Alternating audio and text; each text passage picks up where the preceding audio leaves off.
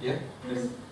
One issue I suppose that I was curious for you to address was how legislation ties in with corruption, because even though now, like you say, we're kind of crawling out of the rabbit hole a bit, but I don't know if there's been much reform in the legislation. Like the Planning and Development Act was a good example. That got totally rewritten in the 2000s, and in some ways I was rewriting that, I saw it facilitating the developers, because there's a politician and the developers being the same people, and that facilitated and suited the developers, and I think had a huge negative financial impact on the country. I don't know if the legislation has been changed in some of the banking legislation and other legislation that say facilitated the sale of something that nobody ever talks about in Ireland, which is the sale of our oil and gas to Shell for a few million, turns into somebody's back pocket and their holiday fund. So just in terms of addressing the legislation that did facilitate the corruption and nepotism and everything that was going on, and the future governments then having to change that doesn't seem to happen.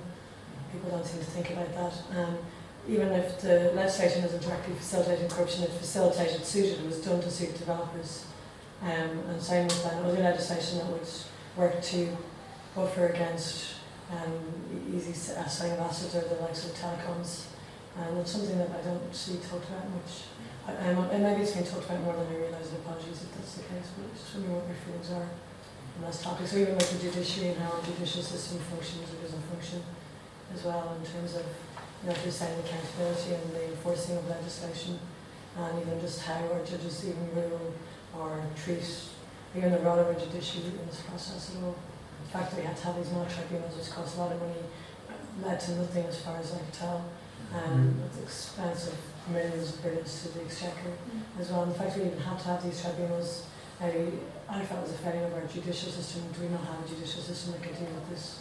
So I'm just wondering what your feelings on these topics. Can I reply to some of that? I suspect my colleagues are better at it. But I think it does raise the point that John raised. It's the appropriate language to talk about this, because corruption can mean so many multi-layered things. But to me, something, a phrase from the very successful campaign that's just been run by the Yes people in the referendum, this point of equality, I think, is really important, okay? Because whether something is formally corrupt or not, or whether it's something just done in all good faith by a very close golden circle, in some ways, once you're away from the real petty kind of everyday life disrupting corruption, in a way it doesn't matter. What you need is people to be able to find their voice and express their misgivings and their doubts about particular sales of state assets, particular planning operations and so on. So I think the fact that you're anti-corruption, what are the things that are anti-corruption? One of the things about anti-corruption is giving equal voice to people and protecting them against kind of, you know, being looked over for promotion or advancement because they happen to speak their mind, and protecting those voices. I think that's a real thing that, you know, anti-corruption international, particularly in Ireland, could take on. I am totally ignorant of the legislation on planning, so I won't attempt to indulge in that. Even I wouldn't go that far, given my level of ignorance. But I think, you know, that's the way it has to be tackled. I would come back and absolutely acknowledge John's point. If I gave any impression that we fully recovered from the haughty years, that was mistaken, absolutely and utterly. I do think it's not as bad. I mean, during the height of the haughty period, I think we were looking at some very, you know, we could have been a lot worse. That doesn't mean maybe the phrase out of the rabbit hole is a little too optimistic. But, you know, we're not as deeply down there as we once were. But I think the way to move it on is to focus on what makes anti-corruption, not just what makes corruption, but what makes anti-corruption. And to me, that is giving voice and making sure people are supported when they speak out. But there's a natural right to speak out. I mean, to take something I totally disagree with, I wish my union, which is the Teachers Union of Ireland, to be more supportive of change in monitoring, you know, the way the schools are being asked to mark students' continuous assessment. I'm a great believer in continuous assessment. However, those teachers should be absolutely celebrated for the fact that they were concerned that this system would lead to a corrupt system. Instead, and in fairness, I don't think the government engaged in this, but instead some of the newspapers engaged in scurrilous attacks on teachers looking for their own interests and stuff, after their own interests, which I don't think was true. So I think it's giving a voice to people and making sure that too long on that. I couldn't talk about planning laws, but all I can say really in relation to transparency legislation, in our own experience of that has been that when we look at other countries, once you bring in a lobbying law, it really usually sets a base, and then society tends to build upon it. It's like the Canadian laws have gone through, I think, 4 iterations since 1989. The American federal laws have gone through about 2 or 3 iterations since about 1946. And each iteration, the law tends to be stronger. It tends to fill loopholes that were found in earlier versions of the legislation. So lobbying tends to become stronger over time. Very few places we've seen it fall apart. I think it was in Hungary and in Australia were the only 2 places we ever saw it fall apart. Most places tend to get stronger. So I would think that in the Irish case that, you know, the law is in now, and it will be kind of a foundation upon which to build. You won't see, like with the FOI, certain things being rolled back upon. That's not the tradition anyway, internationally with lobbying laws. So you'll get more transparency and more accountability, hopefully, in the lobbying process from now on. The one thing is, though, if you want to be corrupt, you will get corruption. I mean, we went to Washington State and we talked to people there, and they've got the strongest lobbying laws in the world there. I think at the time they had penalties of up to like $40 million if you engage in corrupt activity. And they said, despite the penalties and despite the fact you might go to prison for 5 years, people will still break the law if they think they can get away with it. So, you know, no matter how strong you make your law, you will always have somebody who will try to get around it. Now, bless them, they could end up for 5 years, you know, in prison, which might deter other people. So it might, you know, the 99% of other people who might think of doing something wrong might be deterred from it. There'll always be somebody who'll try it on. I think the biggest pointed to earlier, the biggest step that we need to take is, the most important one we need to take is enforcement of laws that are already there. Now, I brought a copy of our National Integrity Systems Study, which we produced in 2009. We produced that with Elaine Byrne. We revised that in 2012, but it looks at how laws and institutions are working together to stop corruption in the whole, and we charted.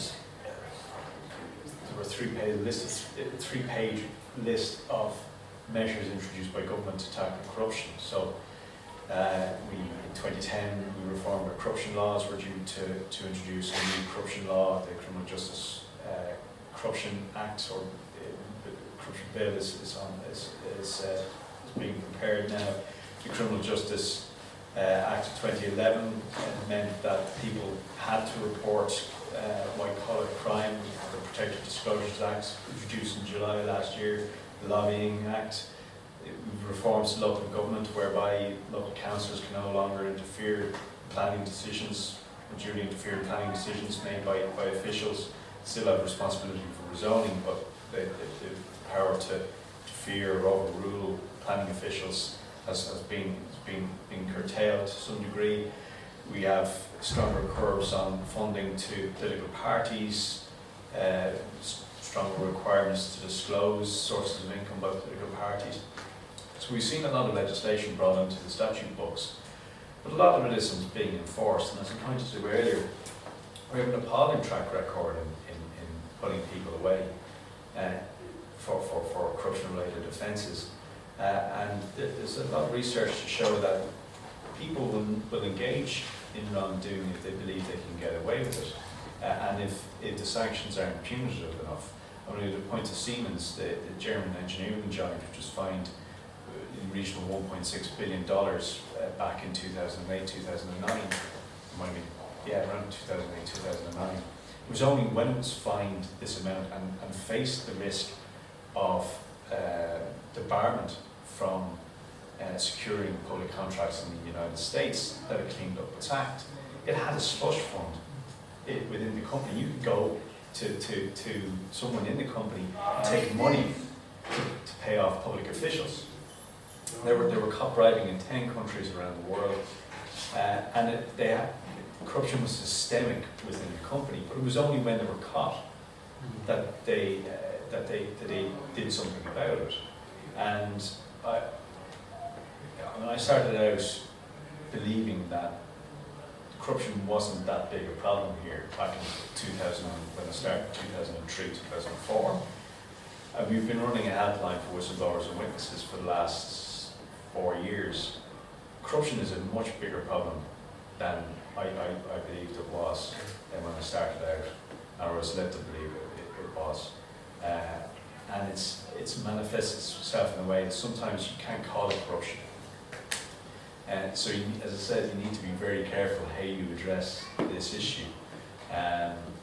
It is a very, very complex but very rich topic and fascinating one at the same time. Yeah, can I just make a point on that? I just think it was something that was really interesting. You were talking about the enforcement of the legislation. I think as well. I think was the freedom of information, was that a regulatory change, or was the freedom of information legislation changed? It has changed again this year. Yeah, because I don't have the exact numbers, but I do know that there has been a massive increase in the amount of freedom of information requests. So I think sometimes changes that can happen in legislation that aren't necessarily about enforcement, but about engaging civil society, that if you can actually make it easier for them to access information through the freedom of information legislation, they'll do it. And stuff has been coming out now recently that would not have been accessible to people previously because it was too expensive to get the requests. So I think it was a 15 or 25 euro now, I think, or something. So yeah, the repeals, the cost of appeals, we've run into thousands of euros to get the information you wanted. Sometimes you'd have to make separate requests for related information. You weren't able to put it all into the one request.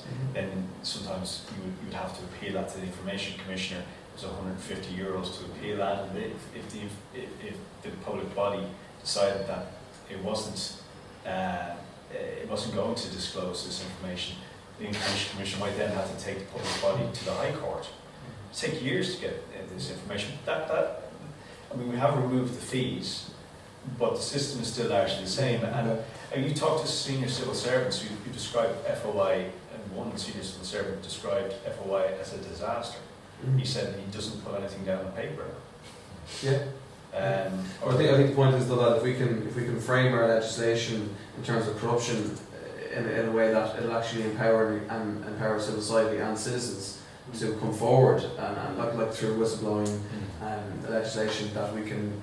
That'll be a roundabout way of getting to the problem. You know, I think just on that point, most of these public interest requests are made by the media. Yeah. And the media generally have the resources or traditionally have had the resources to pursue a story. One area we really need to look at closely is media freedom here, both in terms of the ability of media to tell a story without the courts unduly interfering in that process, and media ownership, the ability of the journalist to tell a story that the editor and the owner of the newspaper will allow them to tell. And we've seen a very negative trend emerge in terms of media ownership here, and a refusal of government to address that problem. And there are linkages that need to be explored, need to be unravelled and exposed and addressed. And as I said, it's a complex area. You can't just look at one area in isolation. This is